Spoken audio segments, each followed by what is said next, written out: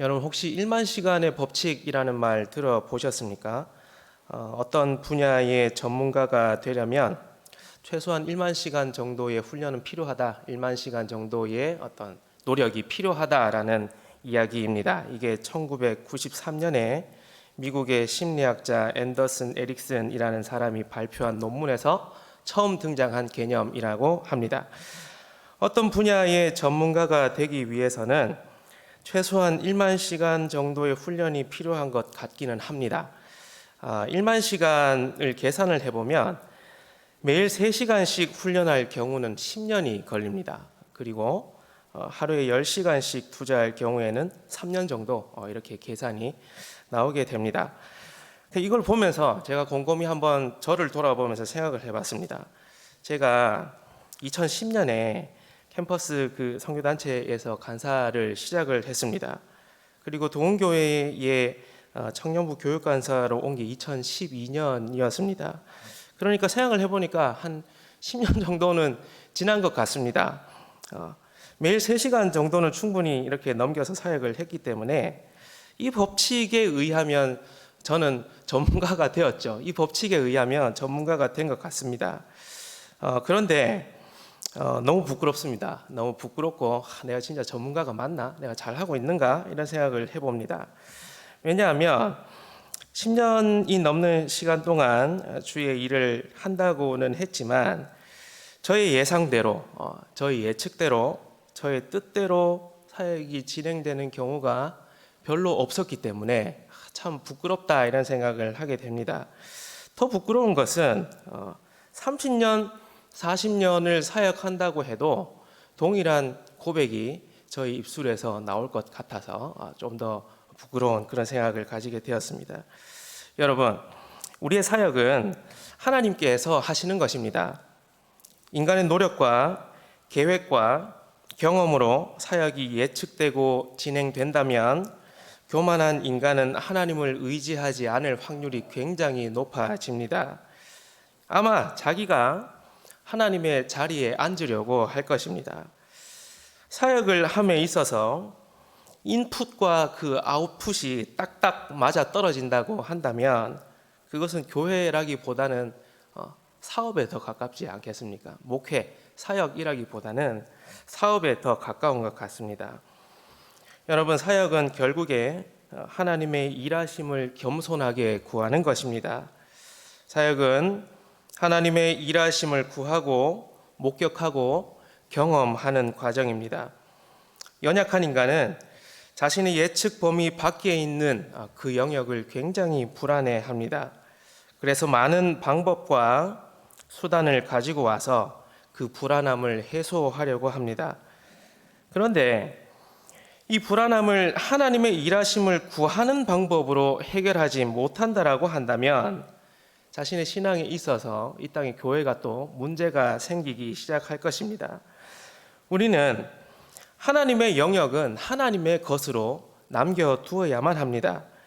이 땅의 교회가 사역을 해나감에 있어서 이 영역을 하나님의 것으로 남겨두지 않는다면 거의 100%의 확률로 교회와 그리고 그 안에 있는 성도들은 교만이라는 함정에 빠지게 될 것입니다. 교회는 하나님의 신비하고 이 오묘한 일하심을 경험해야만 복음의 영향력을 세상으로 잘 전파할 수 있을 것입니다. 이 신비하고 오묘한 법칙을 인간의 예측과 경험으로 어떻게 예상할 수, 어떻게 깨달을 수 있겠습니까?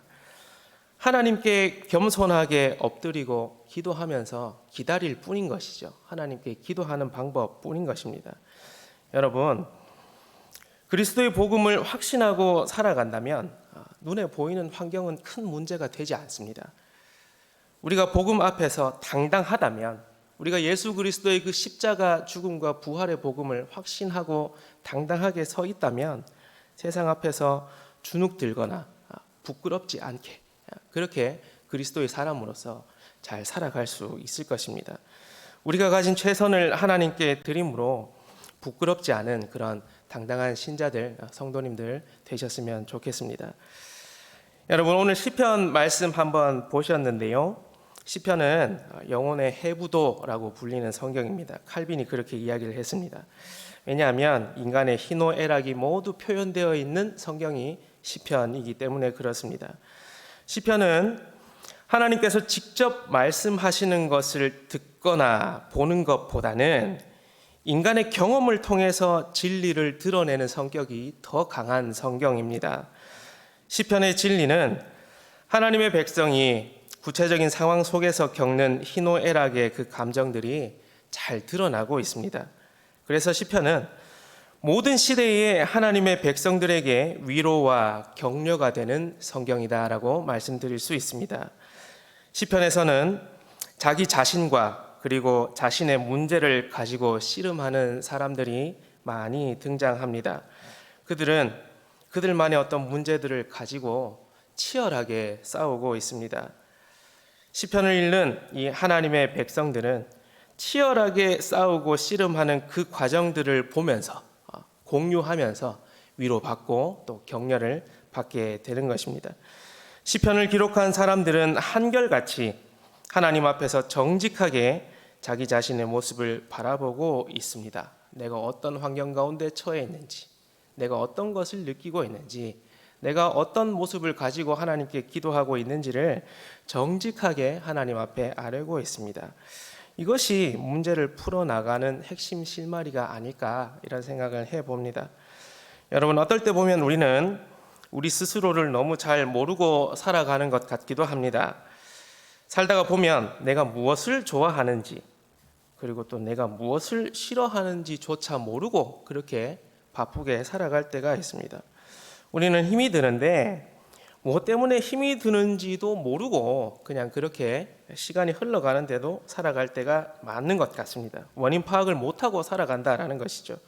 이런 식으로 계속 살아가다 보면 회복의 기회는 점점 사라지고 점점 또 회복하는데 시간이 오래 걸리고 회복되고 난 다음에도 별로 그렇게 힘이 나는 것 같지도 않고 그런 시간을 보내게 됩니다. 그렇기 때문에 우리는 오늘 시편 기자처럼 스스로의 상태에 대해서 하나님 앞에서 정직하게 외쳐야 할 필요가 있습니다. 오늘 42편 2절 3절만 읽었는데 좀 전체적으로 좀 살펴봤으면 합니다. 우리 5절 같이 한번 읽어보기를 원합니다. 42편 5절입니다. 내 영혼아, 내가 어찌하여 낙심하며 어찌하여 내 속에서 불안해하는가? 너는 하나님께 소망을 두라. 그가 나타나 도우심으로 말미암아 내가 여전히 찬송하리로다. 아멘. 여러분, 하나님 앞에서 이런 기도가 정말 중요합니다. 말도 안 되는 일이 일어나거나 답답함이 크게 달할 때는 여러분 저절로 입에서 주여가 나오시지 않습니까? 주여라는 말이 내 입에서 저절로 흘러나오게 됩니다. 옛날에 이런 농담이 하나 있었습니다. 고전 농담인데 스님이 길을 가다가 깜짝 놀라면서 부처님을 찾는 것이 아니라 주여를 외쳤다는 어떤 그런 우픈 농담도 있습니다. 여러분, 저는 제 의지와 상관없이 제 입에서 기도가 저절로 나오는 것을 여러 번 경험하고 살았습니다. 답답함과 어려움에 처해 있을 때 저의 입술이 본능적으로 하나님을 찾고 있는, 주여를 외치고 있는 저의 모습을 보게 되었습니다. 저는 그렇게 생각합니다. 여러분, 주여를 외칠 수 있다라는 것, 그 상황 가운데서 하나님을 찾을 수 있다라는 것, 이것 자체가 우리에게는 소망인 것 같습니다. 소망이 우리 마음 가운데, 우리의 삶 가운데 여전히 남아있다라는 것을 보여주는 게 그 상황 속에서 주여를 외칠 수 있는 그런 모습인 것 같습니다. 여러분, 진짜 완악한 사람은 그런 상황 속에서도 하나님을 찾지 않습니다. 자신을 바라보면서 끝까지 가려고 하는 발악을 하고 있는 것이죠. 여러분, 시편 기자는 현재 자신의 상태를 하나님 앞에서 쏟아내고 있습니다. 시편 42편에는 시편 기자가 처한 그 영적인 상태를 나타내는 말들이 거의 전절에서 나오고 있습니다. 1절 한번 보시면요. 1절에는 잘 따라오시길 바랍니다. 1절에는 주를 찾기에 갈급함 같이 내 영혼이 주를 찾기에 갈급하나이다 라고 말합니다. 2절도 보시면 하나님을 갈망하나니 하나님을 갈망합니다 외칩니다. 그리고 3절 보시면 오늘 설교 제목입니다. 내 눈물이 주야로 내 음식이 되었다 라고 이야기합니다. 얼마나 많이 울었으면 눈물이 음식이라고 이야기를 합니다. 또 4절 보시면 내 마음이 상한다라고 말합니다. 5절에 방금 읽으셨죠? 내 영혼아 어찌하여 낙심하며 어찌하여 내 속에서 불안해하는가 합니다. 6절 보니까 내 영혼이 내 속에서 낙심됨으로 말합니다. 9절 보니까 어찌하여 나를 잊으셨나이까 내가 어찌하여 원수의 압제로 말미암아 슬프게 다니나이까 합니다. 5절과 11절은 동일한 말씀입니다. 내 영혼아 어찌하여 낙심하며 어찌하여 내 속에서 불안해하는가.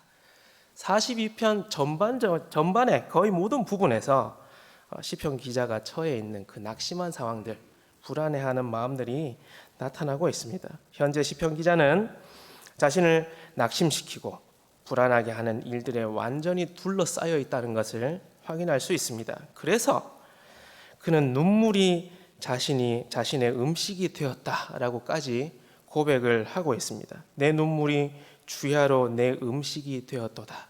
3절에 이렇게 고백합니다. 시편 기자는 눈물 꼭지가 고장이 났는지는 잘 모르겠지만 밤낮으로 눈물을 흘리고 있습니다.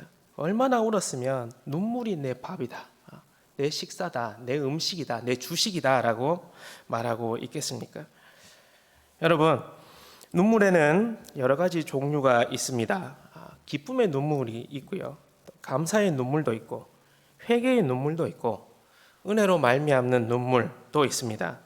하지만 오늘 시편 기자의 눈물은 앞에서 말한 눈물과는 다른 종류의 눈물입니다. 낙심의 눈물이고 불안의 눈물이고 완전히 영적으로 침체되어 있는 그런 모습에 빠져 있는 눈물을 시편 기자가 흘리고 있습니다. 여러분, 신구약 성경 전체에서 이렇게 영적 침체에 빠져 있는 주의 백성들의 모습을 흔하게 발견할 수 있습니다. 영적 침체라는 것은 오랜 기간 동안 하나님의 백성들을 괴롭혀왔던 문제입니다. 역사적으로 오래된 문제라는 것이죠. 예수 그리스도를 나의 구세주로 믿고 살아가는 그리스도의 제자들에게도 영적 침체는 흔하게 찾아오는 현상인 것입니다. 여기 앉아 계신 여러분들 또한 한 번쯤은 이렇게 영적 침체, 슬럼프라고 불리는 것을 경험해 보셨을 것입니다. 그런데 여러분, 어떻게 보면 침체된 그리스도인, 낙심하는 그리스도인, 불안해하는 그리스도인이라는 말 자체가 모순됩니다. 말이 되지 않습니다. 예수 그리스도의 그 생명의 복음, 그 기쁜 소식을 가지고 있는 그리스도인이 어떻게 낙심에 빠질 수 있고 불안에 빠질 수 있고 슬퍼하고 밤낮으로 그렇게 낙심의 눈물만 흘리고 살아가겠습니까? 낙심한 그리스도인들은 불신자들에게 복음을 대변할 수 없고 예수님의 그 선교적 사명을 완수할 수가 없습니다.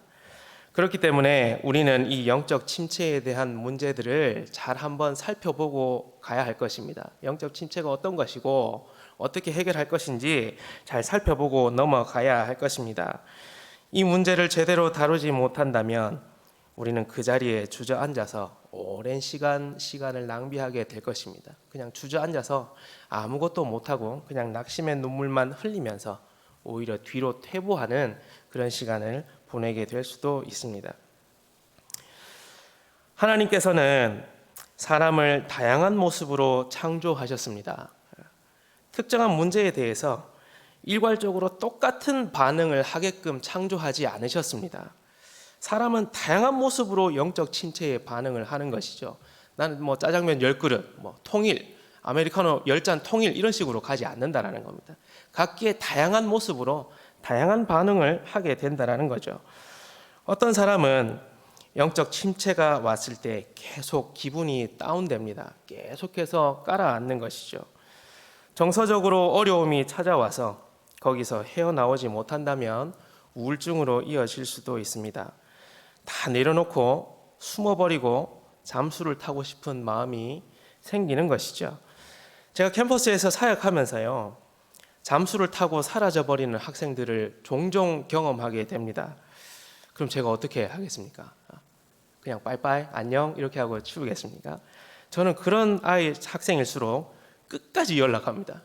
끝까지 연락해서 직접 무조건 만납니다. 너의 인생을 위해서. 그렇게 잠수 타는 거 아니다. 마무리를 하든 뭐 계속 하든 말든 어쨌든 얼굴을 보고 마무리를 하는 게 예의가 아니겠냐 하면서 몇 명을 그렇게 만났던 기억이 납니다. 어떤 사람은 또 영적 침체가 찾아왔을 때 몸이 아프기도 합니다. 스트레스를 많이 받으면 몸에 이상 신호가 오는 분들이 있습니다. 그것을 제대로 관리하지 못하면 나중에 큰 병을 얻게 되는 것이죠. 또 어떤 사람은 영적 침체인지 아닌지도 분간을 못하는 사람들도 있습니다. 이런 부분에서 되게 무지하고 무감각하게 그냥 그렇게 살아가시는 분들도 있습니다. 또 어떤 사람은 나는 영적 침체 그런 것 없다. 그런 거는 믿음이 약한 사람들이나 걸리는 거고 무슨 그리스도인이 영적 침체냐, 나는 그런 것 없다라고 하면서 당당하게 직진하시면서 살아가시는 분들도 있습니다. 이런 다양한 방법들을, 반응들을 통해서 우리는 괴로움이나 낙심이나 불안함을 표출합니다. 현재 고3들, 고등학생들에게 있어서는 내가 원하는 대학에 갈 수 있을까? 이게 가장 불안한 것 아니겠습니까? 청년들은 취업할 수 있을까? 좀 더 나아가서 좋은 배우자를 만날 수 있을까? 이런 생각을 합니다. 지금보다 더 나은 삶을 살아갈 수 있을까? 시간이 지나서 나의 미래가 안정된 미래가 될 수 있을까? 불안함이 굉장히 많이 있습니다. 이런 것이 신앙과 연결이 되면 하나님은 나와 함께 하시는가? 하나님이 정말 계시기는 하는가? 이런 질문까지 이어지게 됩니다. 답도 안 나오는 문제들이 꼬리에 꼬리를 물면서 계속해서 이어지는 것이죠. 우리의 원수인 사탄은 우리의 이런 연약함을 정말 잘 이용합니다. 우리의 원수가 사탄이잖아요. 그 사탄이 우리의 이런 연약함과 불안함과 낙심을 정말 잘 이용합니다. 사탄은 영적 침체를 통해 하나님과 우리 사이를 멀어지게 하고 세상 앞에서 낙심하고 불안하게 하는 바보로 만들어 버리는 것입니다. 세상 사람들이 그런 모습을 보고, 불신자들이 그런 모습을 보고 교회로 오고 싶지는 않을 것입니다. 사랑하는 동해 성도 여러분, 영적 침체의 원인은 결국 하나님을 향한 불신앙에서 나온다라는 것을 기억하시길 바랍니다. 우리의 불신앙과 의심은 사탄의 좋은 먹잇감이 됩니다. 사탄은 우리의 불신앙을 이용해서, 우리의 낙심과 불안을 이용해서 그리스도인과 교회를 공격합니다. 그런데 이게 참 잘 먹힙니다. 이 방법이 굉장히 잘 먹힙니다. 불신앙과 의심을 이용한 사탄의 공격에 이 그리스도인들이 하나 둘씩 픽픽 나가 떨어진다라는 거죠. 영적 침체에 빠지는 이유는 하나님을 온전히 신뢰하지 못하기 때문입니다. 누군가는 나의 가장 큰 적은 나 자신이라고 했습니다. 여러분 한번 생각해 보십시오. 죄인이지 않습니까? 죄인 안에 무슨 선한 것이 나올 수 있겠습니까? 죄인인 나 자신을 오랫동안 관찰하고 있노라면 한숨만 나오는 것이 사실입니다. 그래서 여러분, 그리스도인은 나가 아니라 하나님을 바라봐야 합니다. 나가 아니라 하나님을 바라보아야 합니다. 너무 당연한 이야기지만 여러분, 이 시선이 바뀔 때 우리에게 소망이 생기게 되는 겁니다. 낙담이 소망으로 바뀌는 역사가 일어나게 되는 것이죠. 시편 기자에게 이런 일이 일어났습니다. 11절 우리 다시 한번 읽어보겠습니다. 11절입니다.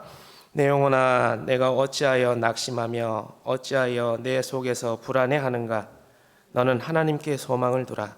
나는 그가 나타나 도우심으로 말미암아 내 하나님을 여전히 찬송하리로다. 아멘. 계속 말씀드렸듯이 시편 기자는 현재 낙심과 불안에 빠져 있습니다. 인생의 수많은 어려움을 겪으면서 영적 침체를 경험했습니다. 참 감사한 것은 시편 기자의 낙심이 하나님을 향한 소망으로 바뀌었다라는 겁니다. 이런 지점이 우리에게 위로가 되고 격려가 되는 것이죠. 시편 기자는 낙심과 불안이 소망과 찬송으로 바뀌는 하나님의 은혜를 경험했던 것입니다.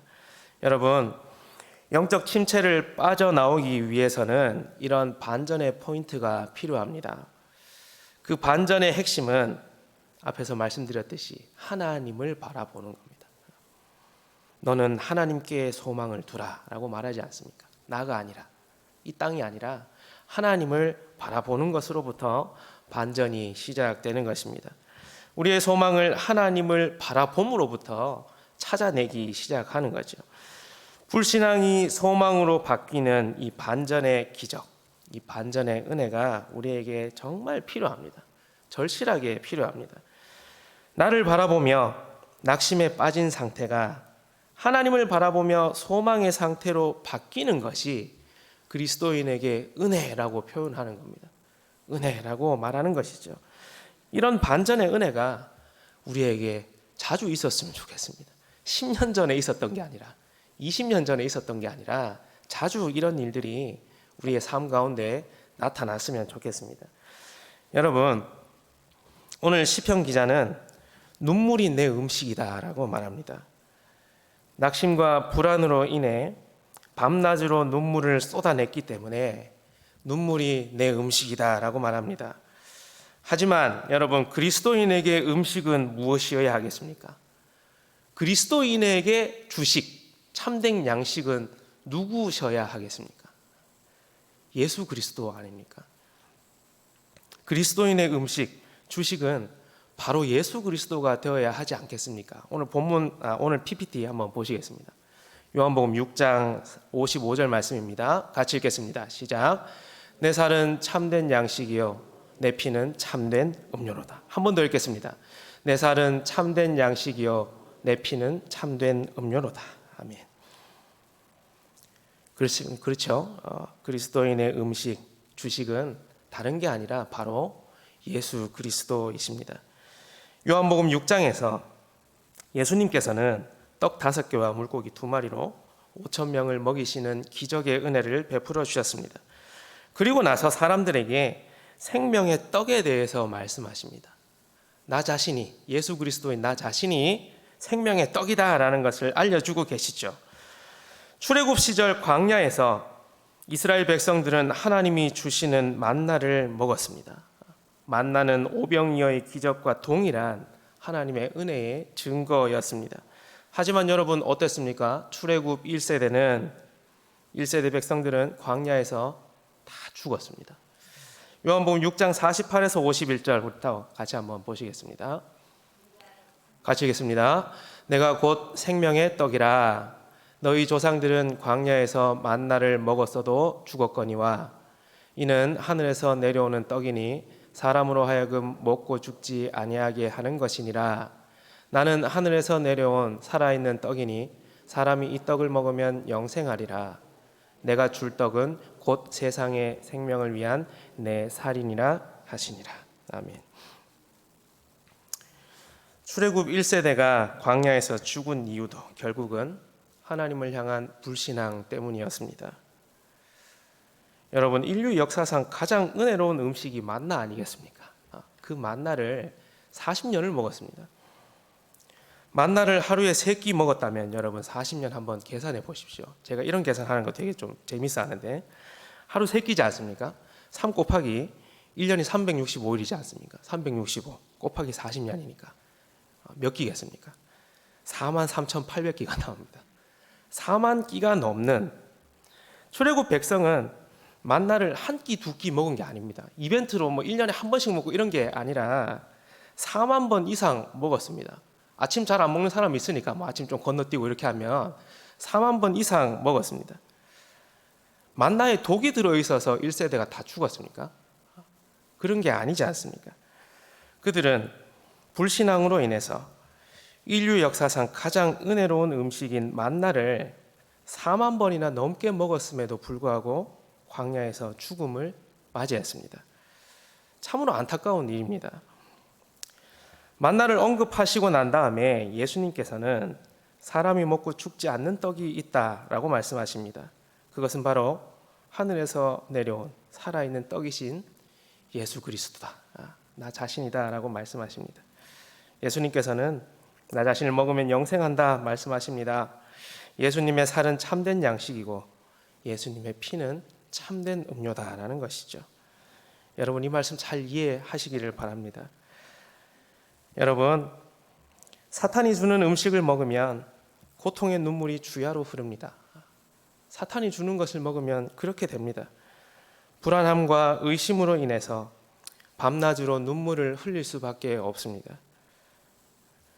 그러니까 우리 부모님들이 음식 가려서 먹으라고, 저희 어머니도 그렇게 이야기를 하셨나 봅니다. 사탕 사줄게, 초콜릿 사줄게 한다고 낯선 사람 따라가면 되겠습니까, 여러분? 제가 지금 아이들을 키우고 있으니까 절대로 따라가면 안 되지 않습니까? 그리스도인들이 그렇게 사탄이 주는 것을 잘못 먹고 그렇게 고통의 눈물, 낙심의 눈물을 흘리고 있는 것입니다. 제가 지난 수요 예배 때 통곡이라는 제목으로 설교를 했습니다. 어떻게 보면 눈물 시리즈 두 번째라고 볼 수 있는데, 이스라엘 백성들이 통곡하는 이유가 영적 지도자들의 실패 때문이다라고 했습니다. 철저하게 영적으로 실패했기 때문에 그랬다라고 말씀드렸습니다. 목자가 양에게 확인도 안 해보고 이 풀 괜찮다, 맛있는 거다, 이 물 마셔도 괜찮다라고 하면서 먹이게 되면, 잘못된 풀을 먹고 잘못된 물을 먹게 되면 양들은 다 탈이 나게 되는 것이죠. 이게 계속 반복되다 보면 양들의 목숨은 위태롭게 될 것입니다. 양들이 목자를 잘못 만나서 밤낮으로 눈물을 흘릴 수밖에 없는 것이죠. 우리 사랑하는 동의 성도 여러분, 사탄이 주는 사탕, 초콜릿 받아 먹지 마시길 바랍니다. 그것이 보기에는 달콤하고 맛있어 보일 수는 있지만 잘못 먹었다가는 눈물이 여러분의 주식이 될 수 있습니다. 아담이 먹은 선악과도 여러분 아시지 않습니까? 먹음직도 하고 보암직도 했다라는 그 말씀을 꼭 기억하시기를 바랍니다. 여러분, 우리는 사탄이 주는 것이 아니라 예수님이 주시는 것을 먹고 살아야 합니다. 예수님이 주시는 것을 먹어야 영적 침체에서 벗어날 수 있습니다. 예수님이 주시는 것을 먹어야 낙담과 불안에서 벗어날 수 있습니다. 예수님이 주시는 것을 먹어야 하나님이 소망 되신다라는 그 관점을 회복해 나갈 수 있습니다. 여러분, 우리는 예수님 자체가 참된 양식이요 참된 음료라는 사실을 알았습니다. 예수님 자체가 우리의 주식이 되면 다음으로 일어날 일은 이런 것입니다. 우리 요한복음 4장 34절 한번 보시겠습니다. 같이 읽겠습니다. 예수께서 이르시되 나의 양식은 나를 보내신 이의 뜻을 행하며 그의 일을 온전히 이루는 이것이니라. 아멘. 여러분, 이게 무슨 말인가 하면 예수님이 어떤 음식을 좋아하시는지 관심을 가진다라는 겁니다. 예수님은 그러면 뭘 드시고 살지? 이런 관심을 가지게 된다라는 거죠. 예수님 자체가 참된 양식이요 참된 음료임을 알았다면 이제 우리는 예수님이 드시는 것을 우리가 함께 주식으로 삼고 살아야 할 것입니다. 방금 보셨던 말씀에서 예수님께서는 자신의 양식이 나를 보내신 이의 뜻을 행하여 그의 일을 온전히 이루는 것이라 말씀하십니다. 여러분, 이 말씀 이해하셔야 하겠습니다. 우리는 예수님 자체가 우리의 양식임을 알아야 하는 것과 동시에 예수님의 양식은 또 무엇인지에도 관심을 가져야 합니다. 예수님의 양식은 하나님의 뜻을 행하고 온전히 이루는 것입니다. 그렇다면 우리도 예수님의 양식을 함께 먹어야 마땅하지 않겠습니까? 그것이 성도의 합당한 반응 아니겠습니까? 예수님이 주시는 것을 먹어야지 사탄이 주는 것을 먹으면 안 될 것입니다. 그러면 밤낮으로 흘리는 낙심의 눈물이 여러분의 주식이 되는 것입니다. 여러분, 예수님 자체가 우리의 참된 양식이고 참된 음료입니다. 그리고 예수님의 양식인 하나님의 뜻을 이루는 것이 우리의 주식이 되어야 할 것입니다. 사탄이 주는 것을 먹으면 사탄의 뜻을 이루는 데 사용될 뿐입니다. 거기에는 아무런 유익이 없습니다. 아무런 영광이 없습니다. 오직 우리 자신의 파멸만 있을 뿐입니다. 하지만 참된 양식이요 참된 음료이신 예수 그리스도를 먹고 마신다면 우리는 하나님의 뜻을 이루는 그 영광을 경험하게 될 것입니다. 우리는 예수님이라는 양식을 먹어야 영적 침체에서 벗어날 수 있음을 지금까지 들었습니다. 그렇다면 실제적인 삶에서는 어떻게 해야 여러분 영적 침체를 벗어날 수 있겠습니까? 낙심하고 불안할 때는 일단은 하던 일을 멈추고 약간의 휴식이 필요할 것입니다. 잠시 쉬면서 그동안 내가 살아왔던 길을 돌아보는 시간이 필요합니다. 그런데 여기에서 그쳐버리면 쉼의 효과가 별로 없습니다. 여기서만 그쳐버리면 쉼의 효과가 별로 없습니다. 여러분, 신앙의 어떤 순종의 행위가 따라오지 않는다면 낙심에서 소망으로의 반전은 잘 일어나지 않습니다. 낙심이나 불안에서 벗어나고 싶다면 자신의 신앙을 위한 순종의 행위가 최소한 하나 이상은 따라와야 할 것입니다. 가만히 앉아서 저절로 변화되기를 바라는 것은 결코 좋지 못한 태도입니다. 말씀을 펼치시든지 아니면 하나님 앞에 나와서 기도하시든지 예배와 모임에 참여하시든지 아니면 관계가 소홀해진 사람을 돌아보고 함께 또 기도하고 하는 일을 하시든지 그런 일을 하셔야 된다는 거죠. 한 가지 팁을 드리면 될 수 있으면 지금까지 하지 않았던 일들, 미뤄왔던 그 일들을 순종의 대상으로 삼아라라는 말씀입니다. 그러면 조금씩 하나님 앞에서 회복되어 나가는 그런 경험을 하실 수 있을 것입니다. 지금까지 살피지 못하고 살아왔던 것들을 돌아보고 그 일을 순종의 대상으로 삼다 보면 하나님께서 주시는 회복과 또 그 영광을 경험하시게 될 것입니다. 말씀을 맺겠습니다. 조금 이럴 수도 있지만 한 해의 마지막을 달려가고 있는 지금 10월 말입니다. 우리는 스스로의 어떤 영적인 모습들 잠시 돌아보셨으면 좋겠습니다. 시편 기자는 내 영혼아 어찌하여 낙심하며 어찌하여 내 속에서 불안해하는가라고 하면서 영적 침체 가운데 빠져 있습니다. 하지만 그는 너는 하나님께 소망을 두라. 그가 나타나 도우심으로 말미암아 내가 여전히 찬송하리로다라고 하며 반전을 이루어내고 있습니다. 그는 낙심의 눈물을 음식으로 삼아 하루하루를 살아갔습니다. 하지만 하나님께 소망을 두라는 그 반전을 통해 극적인 회복을 경험했습니다. 여러분, 이런 회복의 역사가 우리 가운데 가득가득 있기를 소망합니다. 사랑하는 동해 성도 여러분, 예수님만이 우리의 참된 양식임을 기억하며 사시길 바랍니다. 참된 양식을 먹은 자는 말씀에 순종할 수 있는 힘과 능력이 생길 것입니다. 예수님이 주시는 은혜를 주식으로 삼는 성도님들 되시길 바랍니다.